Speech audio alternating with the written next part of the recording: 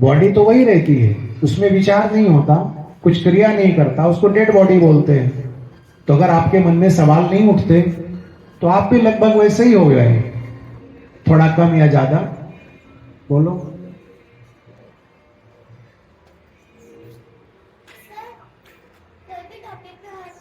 लड़कियों के उठाए जाते हैं। इनफैक्ट अगर कोई रास्ते में कोई लड़का लड़की को छेड़ता है,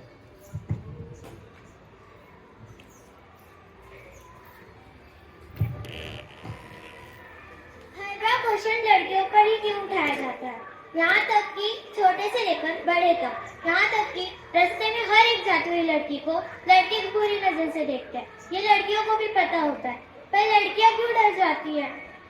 हर बार लड़के क्वेश्चन उठाते हैं लड़कियों पर लड़कियां क्यों चुप हो जाती है? क्यों उनके लिए कोई विरोध नहीं करता?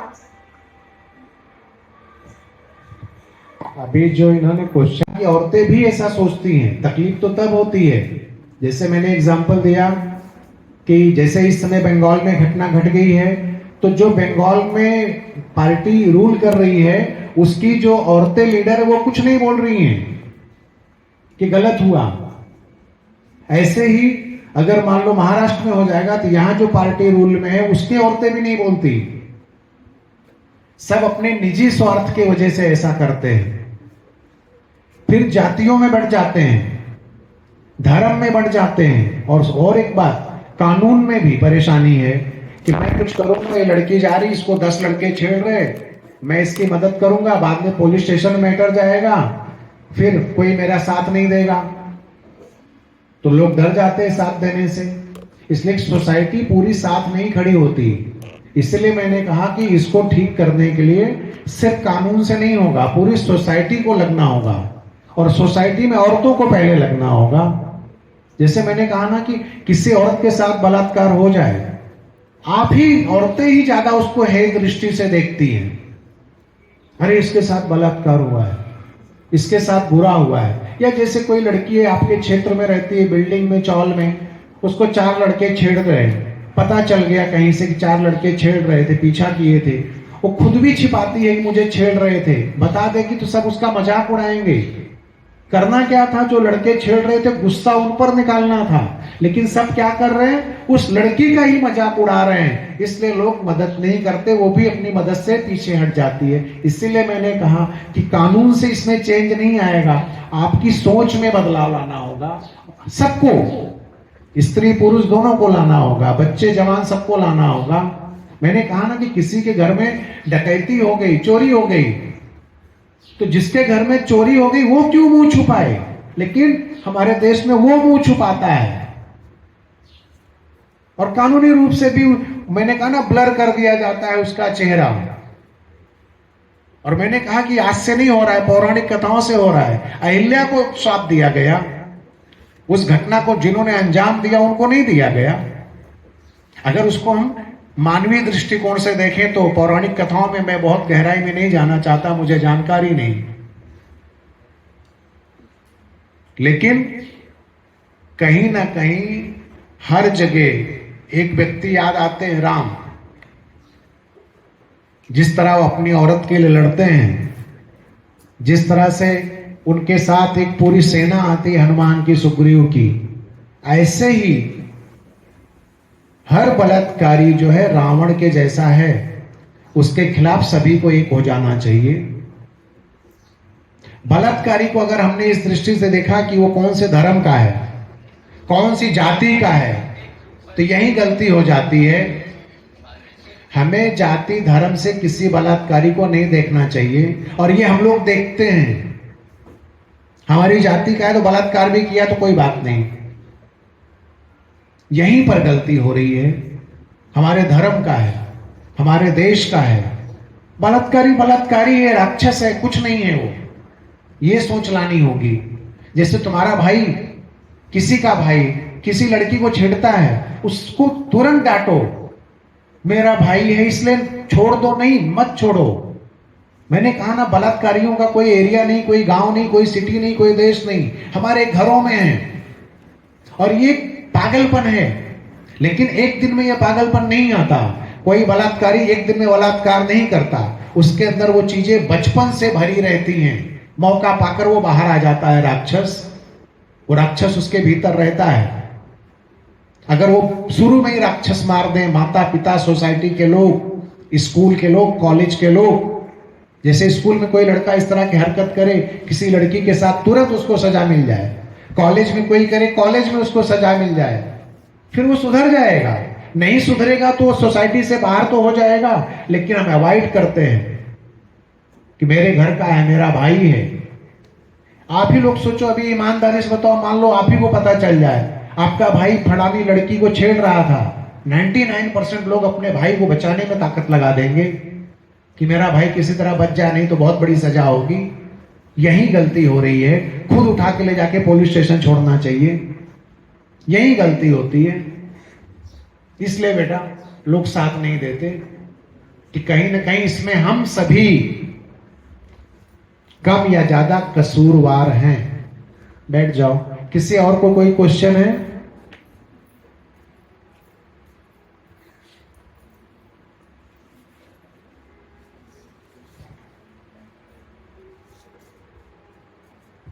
तो सर, जैसे आपने कहा कि मतलब सारे पेरेंट्स को अपनी बेटे की चिंता होती है, तो अगर किसी के साथ कुछ बुरा होता है तो वही माँ बाप बात को छुपाने की कोशिश क्यों करते हैं? सोसाइटी के डर से। मैंने कहा ना, उनको पता है कि मेरी बेटी बेकसूर है, इसके साथ बुरा हुआ है, लेकिन अगर लोगों को पता चल गया तो लोग और बुराई करेंगे।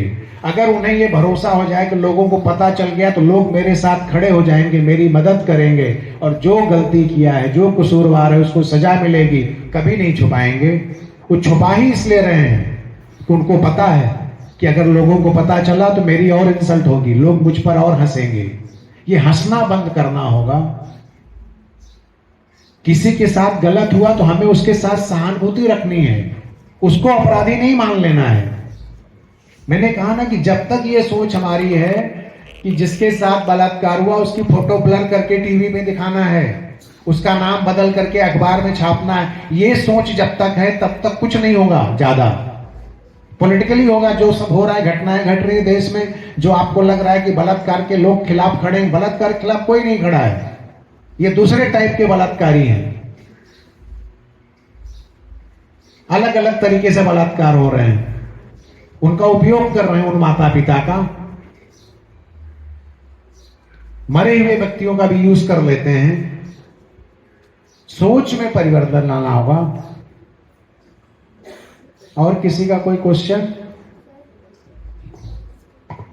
कभी कभार कोई पेरेंट्स हिम्मत करते जाते हैं पुलिस के पास बोलने के लिए, बट समटाइम्स वो मतलब क्या बोलते हैं, एफआईआर दर्ज नहीं करते, तो उसमें हमको क्या करना चाहिए वैसे सिचुएशन में? जब सोसाइटी हमारा साथ नहीं दे रहा है, कोई साथ नहीं देता, हम क्या करेंगे फिर? उसी की बात कर रहा हूं बेटा काफी देर से कि पूरी सोसाइटी को मिलकर इस पर काम करना होगा। पूरी सोसाइटी ना सही, 10-20% लोग तो आ जाएं, लेकिन नहीं आते।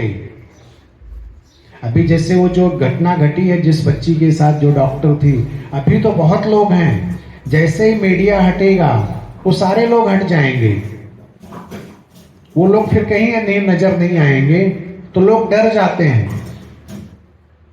लोग डर जाते हैं कि बाद में कोई साथ नहीं देगा। इसलिए तो मैं कह रहा हूं कि ये सबके प्रयास से होने वाला है और हम सबको अपने घर से शुरू करना होगा। जैसे मैंने कहा, जिसने वो ऐसा किया है, ये उसके जीवन की पहली घटना नहीं होगी।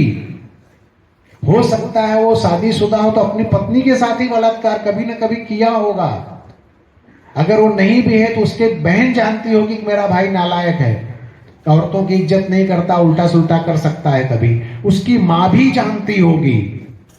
ऐसा हो ही नहीं सकता कि इस समय वो शायद 30, 35, 40 साल का है, उसके परिवार के लोग ना जानते हो कि ऐसा ही करेगा। जानते थे। इसीलिए मैंने कहा कि बलात्कार को रोकने के लिए फैमिली सबसे महत्वपूर्ण है। परिवार, फैमिली मेंबर्स, आपस में ही इन चीजों को खत्म करना होगा। फैमिली के बाद स्कूल है, कॉलेज है, फिर सोसाइटी के लोग हैं। सबसे मेन फैमिली है और ईमानदारी से आकलन करना होगा। हम लोग अपने लोगों की कमियां छुपाते हैं। हम लोग अपने लोगों की, जो हमारे परिवार के लोग हैं, उनकी कमियां छुपाते हैं, इसलिए ऐसा होता है। ना छुपाओ, और छुपाते हो इसलिए कि बेइज्जती हो जाएगी, फिर बात वही आ जाती है पूरे सोसाइटी की सोच की। और कोई क्वेश्चन? हम सबको नहीं बदल सकते, मत बदलो, खुद को बदलो। जैसे मैंने कहा कराटे सीखो ना, सेल्फ डिफेंस की कोई फिजिकल एक्टिविटी सीखो ना। लेकिन नहीं सीखोगे मुझे पता है, इसी समय खाली सोच रहे हो सीखना है, नहीं सीखोगे मुझे पता है।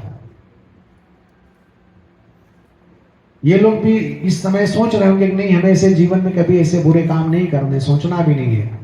लेकिन इसमें से कुछ लोग कर सकते हैं, इसलिए कि जब तक दृढ़ संकल्प नहीं लेंगे और अभी से आदत नहीं डालेंगे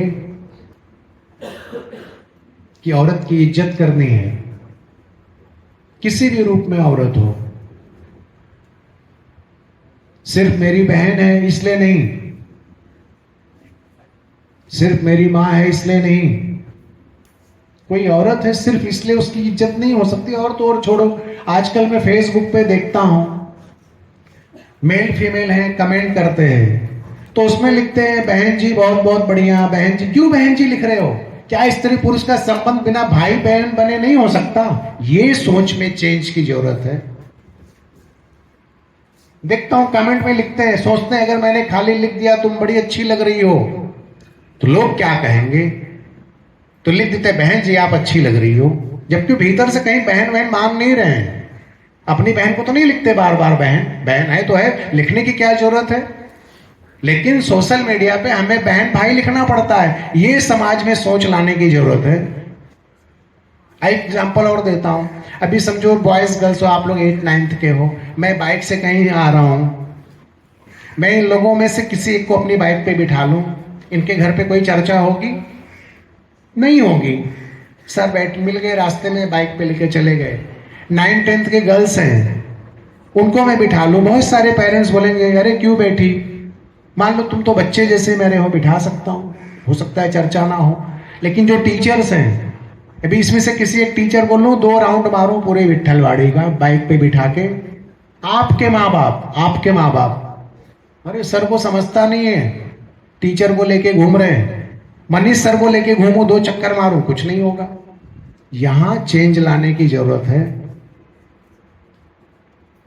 कोई किसी से मिलाता है मेरे भाई जैसा है, आप लोग ऐसा करती हो ना घर में, मेरे भाई जैसा है। क्यों भाई जैसा है? भाई है ना, बहुत है ना, 1 2 जो भी है बहुत है, सबको भाई जैसा बोलने की क्या जरूरत, दोस्त है बात खत्म।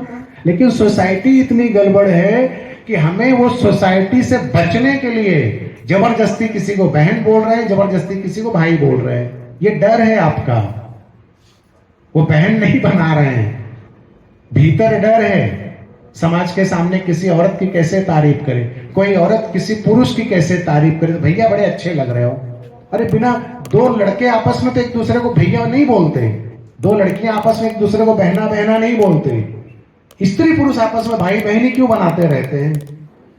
इसलिए कि सोसाइटी का प्रेशर है, यही है सोच गंदी सोसाइटी की। कोई औरत है तो मेरी दोस्त हो सकती है, बात खत्म। कोई पुरुष है किसी औरत का दोस्त हो सकता है, बस बात खत्म। लेकिन नहीं, 21st सेंचुरी में 24 साल हो गए, 8 महीने बीत गए, अभी भी हम इस मामले में यही हैं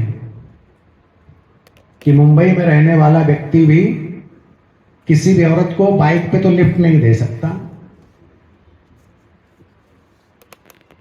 यही चेंज लाने की जरूरत है। इसमें आप खुद को लाओ कि अगर कहीं आप खुद ऐसा किसी को देखो तो आप बुरा मत कहो, इतना तो कर सकते हो।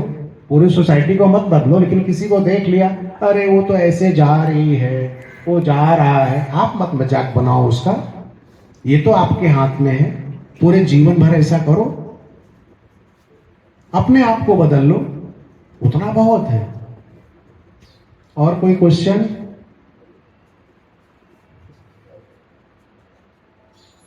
बॉयज में कोई क्वेश्चन? किसी के मन में कोई सवाल है बोलो।